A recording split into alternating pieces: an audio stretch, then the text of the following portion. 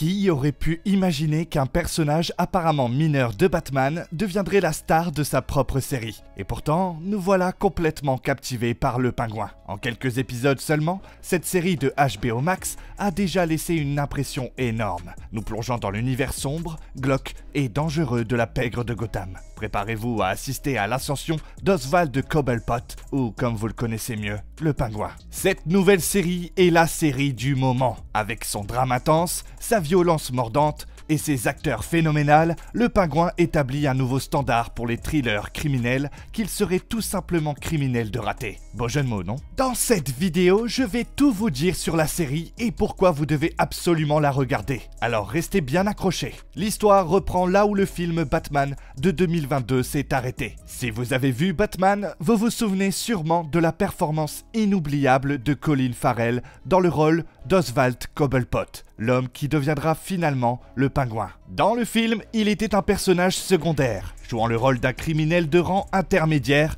travaillant sous les ordres du tristement célèbre boss de la mafia, Carmine Falcone. Il n'était pas encore tout à fait le Pingouin que l'on connaît tous. Il commençait à peine à prendre de l'influence dans le dangereux monde criminel de Gotham. Mais de nos jours, Gotham City est dans un chaos total après l'attaque du Riddler contre les infrastructures de la ville qui a provoqué l'effondrement de la digue et inondé de vastes parties de la ville. Dans ce chaos post-apocalyptique et après la mort de Carmine Falcone, qui était le plus influent des seigneurs du crime de Gotham, un vide de pouvoir s'est créé, sa mort déclenche une lutte acharnée entre les criminels restants pour prendre le contrôle de l'empire criminel de la ville. Avec Falcone hors jeu, les familles Falcone, Maroni et autres grands noms du crime sont en plein désarroi. Et là, Oswald, alias Oz, voit une occasion en or. Il perçoit ce chaos comme dans le moment parfait pour passer du statut de simple subalterne dans la scène criminelle de Gotham à celui de figure redoutée et puissante à part entière. Il n'est plus juste le lieutenant de Falcone, c'est un homme prêt à s'imposer comme le chef de la pègre à Gotham.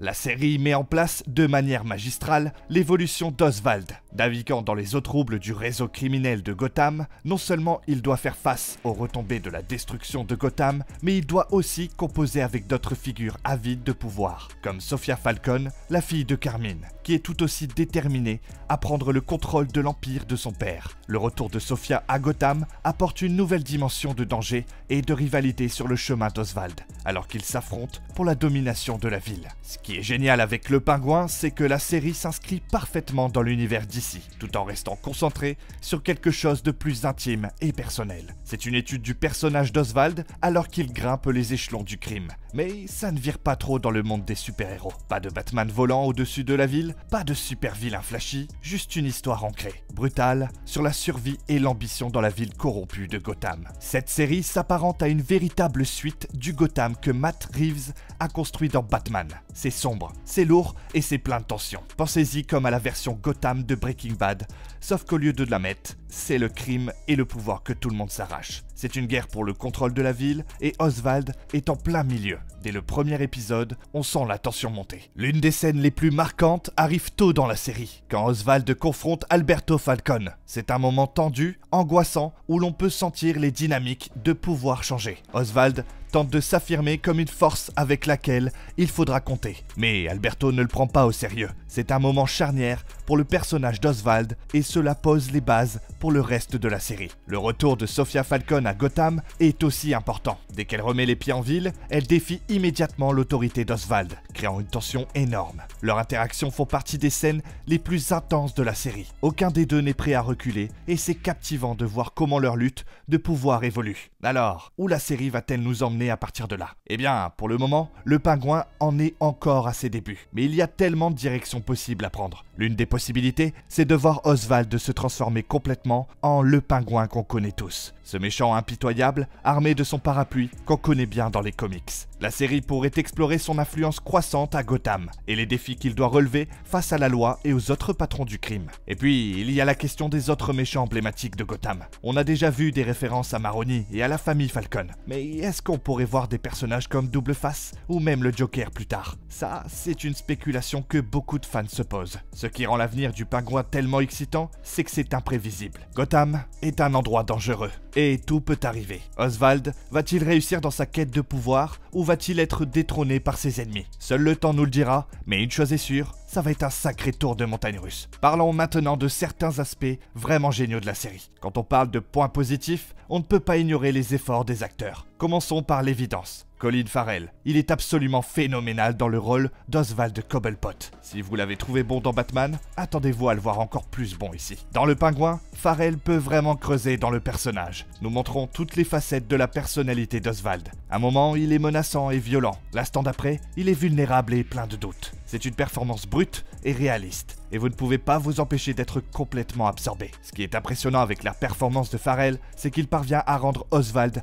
à la fois terrifiant et sympathique. On sait que c'est un méchant, mais il y a des moments où on a presque pitié de lui. Ce n'est pas juste un méchant basique, c'est un personnage complexe, avec des insécurités profondes et des ambitions démesurées. Christine Milioti, dans le rôle de Sophia Falcone, est également incroyable. Elle est féroce, intelligente et tout aussi dangereuse qu'Oswald. Leur lutte pour le pouvoir est l'un des moments forts de la série, et Milioti apporte une intensité réelle à chaque scène dans laquelle elle se trouve. On comprend vite que Sophia n'est pas quelqu'un à qui on peut marcher sur les pieds, et sa présence ajoute une grande tension à la série. Le casting secondaire est tout aussi solide. Clancy Brown, dans le rôle de Salvatore Maroni, apporte une certaine gravité à la série. Et Michael Zagan, dans le rôle d'Alberto Falcone, ajoute une dynamique intéressante à la lutte interne au sein de la famille Falcone. Un autre aspect fort du Pingouin, c'est son écriture. La série ne repose pas sur des scènes d'action flashy ou des trames exagérées. Au lieu de cela, elle prend son temps pour construire la tension et développer ses personnages. Le rythme est lent, mais délibérément lent, vous permettant vraiment de connaître Oswald et le monde dans lequel il évolue. Les dialogues sont percutants et authentiques. Vous croyez à chaque mot que ces personnages disent, que ce soit une menace, un deal qui se passe ou un moment de vulnérabilité. Les scénaristes ont fait un travail fantastique pour équilibrer les aspects les plus sombres et violents de la série, avec des moments d'introspection et de développement des personnages. Ce qui est aussi impressionnant, c'est que la série parvient à vous accrocher sans avoir besoin de grands moments explosifs. Il n'y a pas de grosses explosions ou de batailles grandioses. Et pourtant, les enjeux sont toujours énormes. Chaque conversation, chaque décision semble avoir des conséquences massives pour Oswald et les gens autour de lui. Alors, parlons un peu du visuel du Pingouin. Sérieusement, cette série est un régal pour les yeux.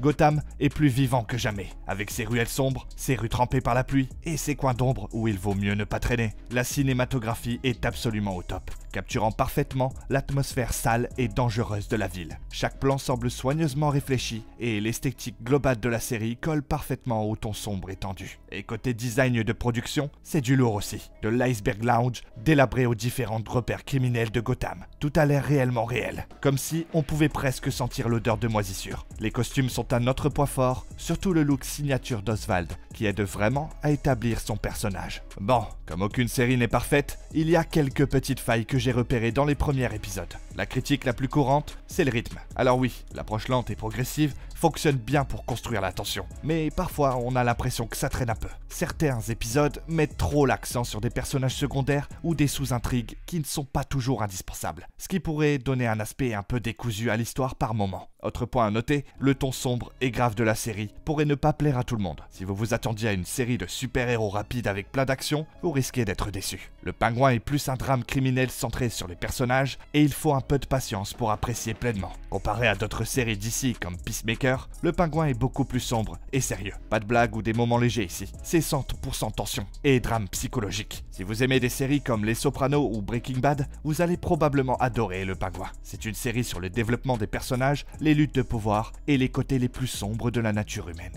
L'une des meilleures répliques de la série vient d'Oswald. À Gotham, le pouvoir ne se donne pas, il se prend. Cette phrase résume parfaitement la philosophie de son personnage et son approche pour monter dans l'échelle du crime. C'est une réplique qui reste en tête et qui encapsule le thème central de la série. Une autre réplique marquante vient de Sophia Falcone. Tu penses avoir gagné, Oswald? Tu n'as même pas encore commencé à perdre. Cette citation capture bien la rivalité entre Oswald et Sophia. Leur lutte pour le pouvoir est au cœur de la série et des moments comme celui-ci vous tiennent en haleine, vous laissant vous demander qui finira par triompher. Bon, voici mon verdict final. Le Pingouin est un drame criminel palpitant et intense qui développe l'univers de Batman d'une manière fraîche et excitante. La performance de Colin Farrell dans le rôle d'Oswald Cobblepot est captivante et l'écriture solide, le rythme tendu et les valeurs de production exceptionnelles font de cette série un incontournable pour les fans de drames criminels et de DC. Même si elle ne plaira pas à tout le monde, en particulier ceux qui recherchent de l'action à gogo, Le Pingouin brille par sa narration centrée sur les personnages et sa tension psychologique profonde. Si vous êtes fan de séries criminelles comme Les Sopranos,